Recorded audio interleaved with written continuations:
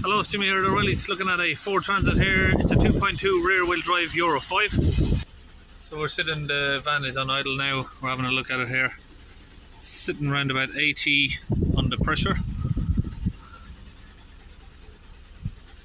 Okay, so this van has just had a fuse put in the vaporizer, and it's had a couple of forced regens done, but of course it needs sorting out properly, so he's come over to see me. Now if the fuse is blown on the vaporizer is just going to need replacing, as simple as that. And so we're going to clean out the DPF, and then we'll change the vaporizer, and we'll have a look at how it looks after that. Okay, we've got the vehicle raised up there so the wheel's off the floor. This is a rear wheel drive, so the vaporizer is going to be just in there, so I'll just remove the wheel to make the access easier. Okay, we've got the wheel off.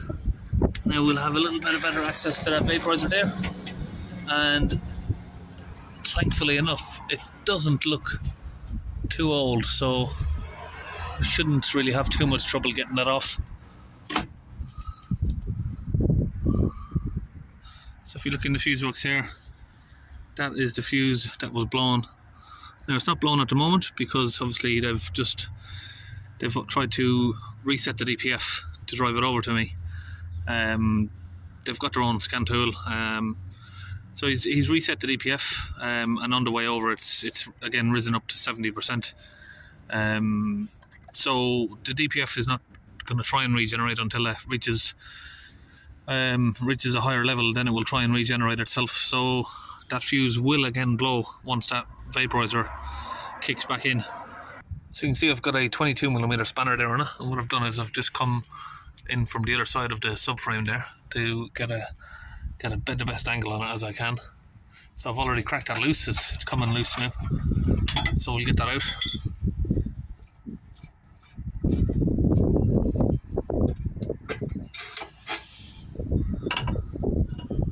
That vaporizer doesn't really look old. It's hot. It's not really old, to be honest. It's not a really old vaporizer, but it's blown the fuse, so it's going to need to be changed. Just over here we have the fuel hose connection, and just behind it there you have the electrical plug connector there. So it's basically just press the tab and that pulls off. Push that tab, so you pull that one out first, then push that one in, and that releases that. It's the same on the plug, just press the clip in on that side and the plug comes out. Okay, we've got a new vaporizer here to get fitted in, so we'll just get that fitted and we'll skip this bit. Okay, I've got the launch cleaning fluid set up into the pressurized gun here, and I'm going to get that connected to the compressor. Before we do that, I'm going to test the DPF pressure sensor with this Medivac here, and I'll show you how I can do that. Okay, I'm under the van here, taking off the clamp from the pressure hose, the pressure sensor, pull that off. So now what I'm going to do is I'm going to raise the pressure on the Medivac. I've got the Medivac connected now to that hose that goes to the pressure sensor. I'm going to raise the pressure on the Medivac. And what I should see, if I raise it up to 500, it's a little bit above 500 there. Let's just try and get that up to 500, close to it. And then when I get that to 500, I should see the same on the DPF pressure sensor here. So we know this pressure sensor is reading the pressure that it should be. It's reading the correct pressure that I'm putting into it. Okay, so I've disconnected that. So what that tells me is the pressure that is coming from the DPF here itself going to the sensor is correct, because the pressure sensor itself is reading the correct pressure when I put a Medivac on it. So that tells me that is the true pressure that's inside the canister here. So we'll now get some cleaning fluid into the DPF through this metal pipe here, and we'll get it cleaned out. Okay, so what I've got here is some fuel hose, and I've connected that to the DPF pipe, and connected that end, the other end, straight to the DPF cleaning gun here. Now I can get the fluid and squeeze it in. And I've got my compressor in the van there.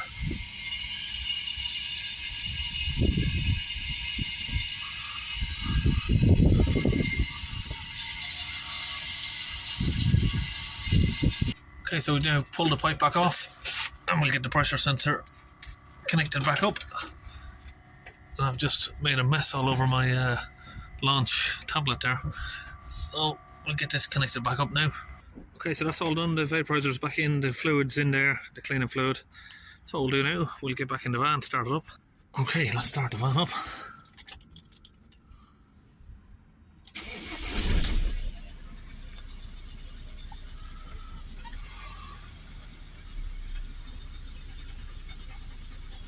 We're coming down, we are coming down fast on the pressure. That's coming down nicely actually. Let's hold the revs up, see where we're at.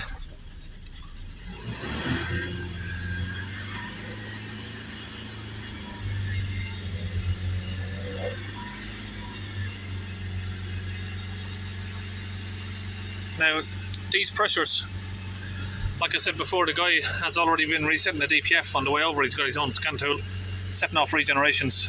When I pulled up, this was at 65%. Just giving it a few revs, it creeped back up to 71. So how we're going to know this DPF is working correctly is we should see these percentages coming down. Normally, after I'm finished doing a DPF clean, sorry, the revs are coming down. Let me just hold them up.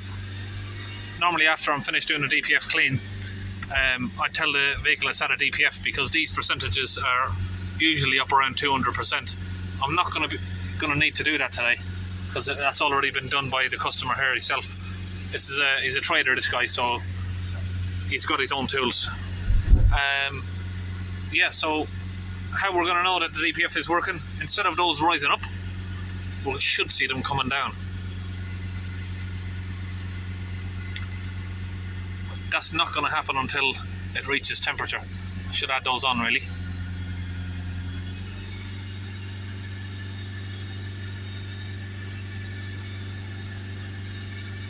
Exhaust gas temperature.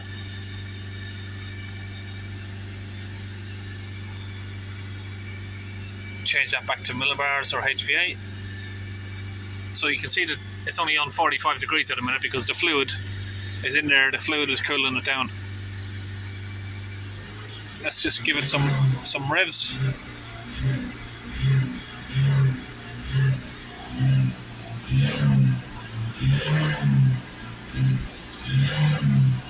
Should see smoke coming out.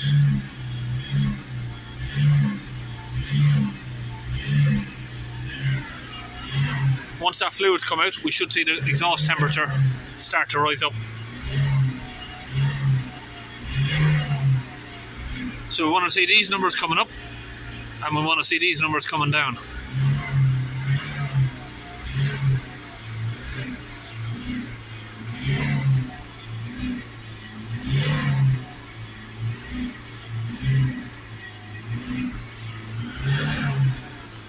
It's supposed to only got 62,000 on it, this fan. I don't know if that's true or not, it's really hard to say. Okay, DPF pressure 46 HPA. Let's let go of the accelerator. We have 5 HPA of pressure, so that's excellent results there from the launch cleaner. Where is it? Oh, it's gone.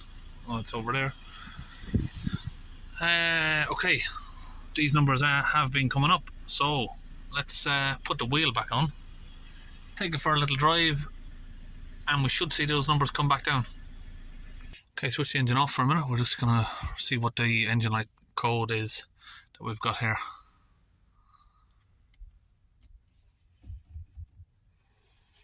Glow plugs, cylinder 123, particle filter pressure high, P244B. Okay, we're going to clear the codes.